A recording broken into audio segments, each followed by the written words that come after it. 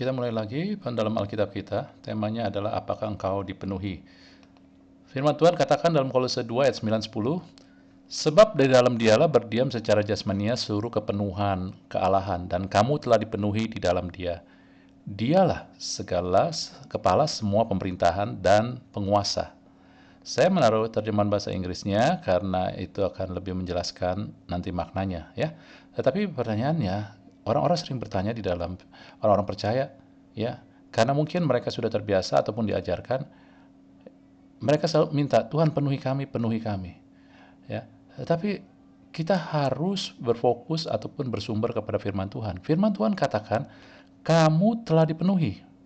Jadi Anda jangan tanya apakah saya sudah dipenuhi atau belum. Anda telah dipenuhi. Dan kata penuh ini adalah komplit. Komplit artinya udah tuntas. Tidak ada yang bisa ditambahkan lagi di dalam Dia. Ya, sebenarnya masalahnya adalah di dalam Dia adalah di dalam Kristus. Kristus itu adalah Allah Roh. Ya, ini dimensi Roh. Ya, nah kita sebagai manusia baru, ya, Roh lebih tinggi statusnya daripada jiwa. Sehingga maksudnya apa? Maksudnya begini, jiwa harus tunduk pada kebenaran roh.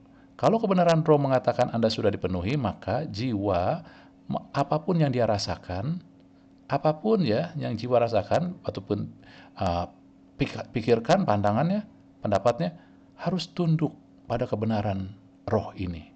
Anda sudah dipenuhi. Contoh lagi, bahwa firman Tuhan katakan, aku sekali-kali tidak pernah meninggalkan engkau. Itu adalah kebenaran roh bahwa Tuhan menyertai kita senantiasa. Maka walaupun perasaan Anda merasa Tuhan gak hadir, tetapi Anda harus menundukkan perasaan itu, jiwa Anda, atas kebenaran roh. Anda gak rasa, tetap dia hadir. Oke? Nah itulah yang saya katakan bahwa yang dipenuhi adalah kebenaran roh. Yang harus kita ubah adalah kebenaran jiwa kita ini. Jiwa kita harus tunduk. Nah, ketika kita tahu bahwa Tuhan ada di dalam kita, maka Dia yang adalah kepala ini, pemerintahan, maka kita akan mendapatkan ketika kita semakin menyadari bahwa kita sudah dipenuhi dan jiwa kita ikut ya diubahkan, artinya ikut tunduk pada kebenaran ini, maka prinsip-prinsip kebenaran firman Tuhan akan memerintah kehidupan kita. Ya, prinsip firman Tuhan itu banyak, tetapi semua prinsip firman Tuhan adalah keuntungan kita. Misalkan beri maka kamu akan diberi. Itu terjadi, itu prinsip. Itu akan memerintah hidup kita. Lalu juga hidup kita akan memiliki kuasa. Jadi Anda melihat ya, efek daripada dipenuhi, ya, dampak daripada dipenuhi adalah Anda dihidupkan dengan prinsip firman Tuhan dan Anda memiliki kuasa. Nah, banyak orang percaya tidak melihat hal ini, saudara-saudari, ya, sehingga mereka merasa nggak punya daya karena mereka nggak menyadari, bukan Tuhan nggak menyediakan, mereka tidak menyadari. Oke, nah sekarang kita lanjut. Pertanyaannya adalah, ya, kita apa yang dipenuhi, ya, apa yang dipenuhi? Kalau kita sudah dipenuhi, apa sih yang dipenuhi? Ya, kita lihat dalam ayat lanjutannya kemudian, ya Anda nanti baca sendiri, Kolose 2 ayat 11-14, tetapi yang merah-merah ini, pendanggalan akan tubuh dosa, dikuburkan dalam baptisan, dibangkitkan, diampuni dosa, dihapuskan surat utang. Ini berbicara karya Tuhan Yesus di salib. Ya. Nah, jadi apa? Anda dipenuhi oleh karya Tuhan Yesus, maka ketika Tuhan Yesus mati di salib, karya Tuhan Yesus, maka identitas Anda dan nilai Anda diberikan baru. Identitas baru dan nilai yang dari Tuhan, dari karya Yesus. Contohnya tentang ini, anak Allah, sahabat Tuhan, diurapi kudus, ya, ataupun juga nilai Anda adalah sekarang Anda adalah berharga di mata Tuhan. Anda membawa kemuliaan, Anda masterpiece, Anda kesukaan Tuhan. Kadang kita nggak tahu kan, bahwa oleh karya Yesus kita kesukaan, kita kebanggaan Dia juga. Nah saudara, semua ini kebanggaan, berharga, ataupun apapun juga, ada banyak lagi, dan juga identitas Anda, semua bukan karena Anda, tetapi karena karya Yesus. Anda sudah 100% kudus, komplit, penuh kudusnya, gak bisa lebih kudus lagi. Kenapa? Karena datang dari Kristus, dari Tuhan. Ya. Lalu bagaimana kalau saya gitu, kok perbuatan saya masih belum? Nanti kita akan melihat ya.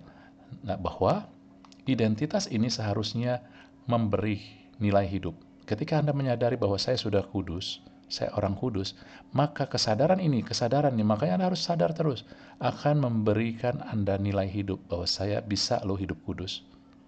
Gitu. Saya punya kekuatan untuk hidup kudus. Saya anak Allah, maka saya punya nilai hidup, lama-lama akan saya anak Allah, saya harus dan saya bisa memiliki kuasa nilai-nilai hidup yang sepadanan dengan anak Allah. Demikian juga ketika kita menyadari harga kita, karena Yesus telah bayar harga buat kita, maka itu akan mendatangkan kuasa dalam hidup kita. Oke? Nah, ini identitas dan nilai hidup itu sudah ada di dalam kita, sudah penuh di dalam kita. Nah, pertanyaannya adalah, kalau sesuatu sudah ada di dalam kita, apa yang harus kita lakukan? Aktifkan dan gunakan. Ketika Anda mengaktifkan dan menggunakan ini, maka Anda akan mengalami kuasa Tuhan. Anda akan mengalami kuasa Tuhan yang luar biasa sesuai dengan perkataan firman Tuhan. Yang menjadi masalah adalah anak-anak Tuhan tidak menyadari. Akhirnya tidak mengaktifkan dan menggunakan. Akhirnya hidupnya tidak berdasarkan firman Tuhan. Kadang terjadi, kadang enggak. Dan juga tidak memiliki kuasa. Ya, dunia ini mengacaukan. Dia berilah identitas baru. Maksudnya bukan identitas apa yang dikatakan dunia. Kadang-kadang pola pikir kita adalah begini. Karena dimasukin, dipengaruhi oleh dunia. Ya, kita hidup di dunia. Begitu banyak hal yang tanpa kita sadari adalah pola pikir yang berasal dari dunia. Ya, kadang-kadang identitas kita adalah, ya, terutama anak-anak remaja. Siapa teman saya? Apa kata teman saya? Ya, kadang berdasarkan profesi. Kalau profesi saya hebat, wah itulah identitas saya. Saya bangga dengan, ya, disebut, misalkan saya bangga dengan disebut pendeta bahkan. Identitas kita karena profesi. Nah, ini datang dari dunia kadang-kadang, saudara. Dunia akan membuat nilai hidup kita jadi abu-abu. Abu-abu artinya, ya, kadang kita ke Tuhan, kadang nilai Tuhan, kadang kita pakai identitas Tuhan, kadang kita pakai identitas dunia. Akhirnya kita nggak dapat apa-apa. Nah, kemudian juga kadang dunia akan menampilkan bahwa nilai kita berdasarkan harta kepemilikan kita. Akhirnya kuasa hidup ini menjadi abu-abu. Oke, dan bahkan kalau kita terus pada dunia, hasilnya adalah yang ekstrim, kita akan depresi, kita akan kesepian. Walaupun kita pikir banyak teman, tetapi akhirnya kita menemukan, ya, bahwa kadang kita nggak dapatkan sesuatu dari teman. Oke, akhirnya juga kesengsaraan. Nah, sekarang kita ngelihat posisi kita, status kita, keadaan kita bagaimana, ya. Tujuannya untuk supaya kita lebih sadar aja. Kita ini kadang dipengaruhi pola pikir, ya. Ini tentang jiwa. Pola pikir kita dipengaruhi dunia apa? Kita sudah tahu bahwa kita sudah di dalam Kristus. Dunia contohnya aja, kadang lebih fokus pada anak Anda itu anak siapa, atau dengan orang tua Anda siapa, ya. Ini nggak bagus. Ini akan membuat kita jadi sombong atau membuat kita jadi rendah diri. Kalau kita sombong, akhirnya kita jadi lengah, ya. Tetapi kalau dalam Kristus, identitas Anda adalah Anda anak Allah. Nggak penting orang tua Anda siapa. Orang tua Anda bejat, nggak ada masalah. Maaf, ya. Tetapi karena Anda tahu bahwa saya ini anak Allah, ya, orang tua saya walaupun buruk, nggak ada masalah. Harga diri saya adalah berdasarkan apa yang Tuhan berikan. Saya ini anak Allah yang sangat disayangi Tuhan, sangat diinginkan Tuhan. Kalau orang tua Anda hebat pun, Anda tidak akan lengah, nggak akan jadi sombong. Saya anak Allah. Walaupun orang tua saya hebat, tetapi saya punya tujuan sebagai anak Allah, sehingga saya harus menggali potensi itu. Oke, ya. Lalu nilai hidup yang lain, kadang teman, bahwa teman yang tadi saya bilang, teman-teman, bahkan kita mengorbankan Tuhan demi teman. Tuhan tunggu teman saya ini, Tuhan teman saya butuh saya, Tuhan teman saya telepon. Akhirnya Anda buat teman, tapi suatu saat Anda akan kecewa. Apa yang Anda harapkan dari teman gak Anda terima, dan itu akan membuat Anda kesepian. Tapi ketika Anda menerima identitas dari Kristus, ya, bahwa saya ini sahabat Allah loh, dan dia sahabat yang sejati, maka akan Anda mendapatkan bahwa Tuhan itu selalu ada buat saya. Tuhan itu luar biasa, dia sahabat sejati, dia setia. Nah, kemudian identitas kita sekarang ini jadi tren, ya, social network. Apa yang social network labelkan kita? Ini influencer, ini followernya banyak, ribuan, jutaan, ataupun juga, ini yang like banyak. Akhirnya Anda, ya, hidup dengan social network akan membuat Anda, karena begini, ya, bukan jelek social network, Ya, Anda tetap harus punya social network sebagai anak Tuhan. Tetapi ini bukan datang yang pertama. Yang datang pertama harus datang dari Kristus dulu, baru kita kemari. Ya, kadang dengan social network akhirnya kita hanya memperlihatkan hal yang indah-indah yang kelihatan dari luar aja. Anda punya terhubung dengan banyak orang, tapi Anda terisolasi sesungguhnya. Ya, tapi dengan Tuhan Anda terhubung sebagai warga kerajaan Allah. Anda terhubung di kerajaan Allah. Di kerajaan Allah Anda diterima apa adanya dan Anda ditopang dengan seluruh kekuatan kerajaan Allah. Nah, ini juga kadang orang berhubungan pada profesi, jabatan, ya Anda kembangkan sendiri dan ini kenyataan. Banyak orang merasa siapa dirinya adalah berdasarkan jabatannya. Ya, kalau jabatan makin tinggi, wah dia pikir itu dia. Ya, dia bangga identitas dia. Ya, padahal itu hanya mendatangkan kesibukan dan juga hanya mendatangkan hal yang sementara. Suatu saat dia akan turun dari jabatannya. Tetapi di dalam sama Kristus, kapanpun juga Anda memerintah bersama dia. Kalau Anda memiliki jabatan atau profesi, itu adalah bagian dari rencana Tuhan untuk Anda ikut memerintah. Sehingga ketika Anda punya jabatan profesi, Anda gunakan untuk memerintah bersama Tuhan, membawa tujuan-tujuan Tuhan. Dan ini juga membuat Anda jadi rest. Demikian juga kemampuan Anda. Dunia akan bilang prestasi Anda penting, tapi ketika Anda memegang itu bahwa prestasi satu-satunya membuat itu akhirnya akan membuat Anda menjadi orang yang penuh dengan persaingan. Orang yang penuh persaingan adalah orang yang akhirnya egois, nggak mau berbagi karena dia takut kalau dia bagi nanti dia disaingin. Tetapi kalau kita Kristus, dari Kristus identitas saya adalah saya orang yang diurapin. Saya mampu berprestasi karena Tuhan, sehingga saya nggak takut dengan orang lain. Mau salib saya, mau apapun juga. Ya, ini dia. Kemudian juga tadi saya katakan identitas membuatkan nilai hidup, tetapi nilai kita di dalam Kristus membuat kesadaran kita akan nilai kita di dalam Kristus membuat kita memiliki kuasa dalam hidup, memperoleh kuasa. Dunia akan mengganjal semua ini. Bukan nggak boleh ya, saya ingatkan bahwa kita harus mulai dari Kristus dulu baru ke sini. Dunia akan melihat bahwa harga Anda, ya, di dunia akan melirik ketika Anda melihat pada kepemilikan. Apa yang Anda miliki? Status, ya, apalagi uh, paras, atau apalagi harta, terus juga posisi jabatan, ya. Tapi pada akhirnya ini semua akan hilang. Dan kalau Anda miliki, kalau cara dunia, kalau Anda miliki pun, Anda akan haus lebih lagi, lebih lagi.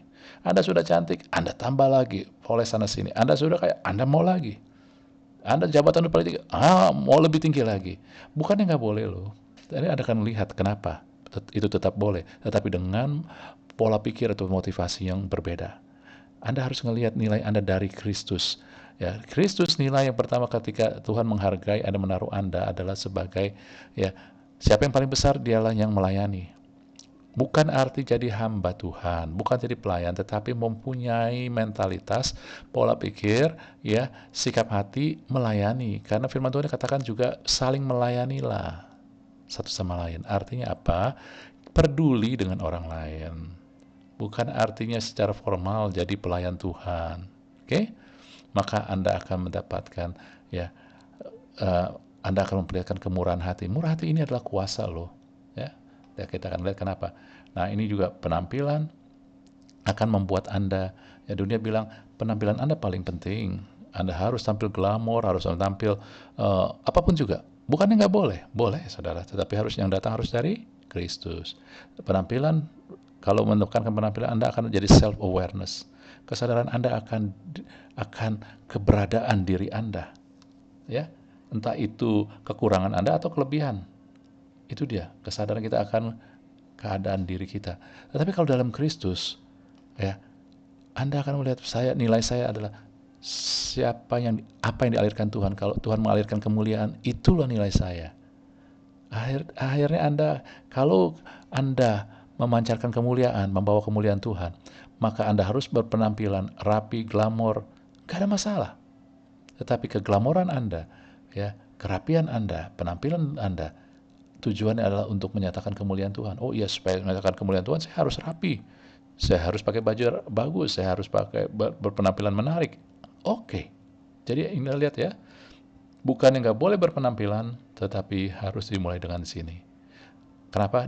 Ini, ketika Anda menyadari tentang bahwa saya mau representatifkan Tuhan, akan membuat kesadaran bahwa kehadiran Tuhan, tujuan Tuhan, kekuatan Tuhan, kemuliaan Tuhan. Oke? Lihat, yang datang dari dunia juga. Dunia melihat nilai Anda adalah kesenangan apa yang Anda bisa nikmatin.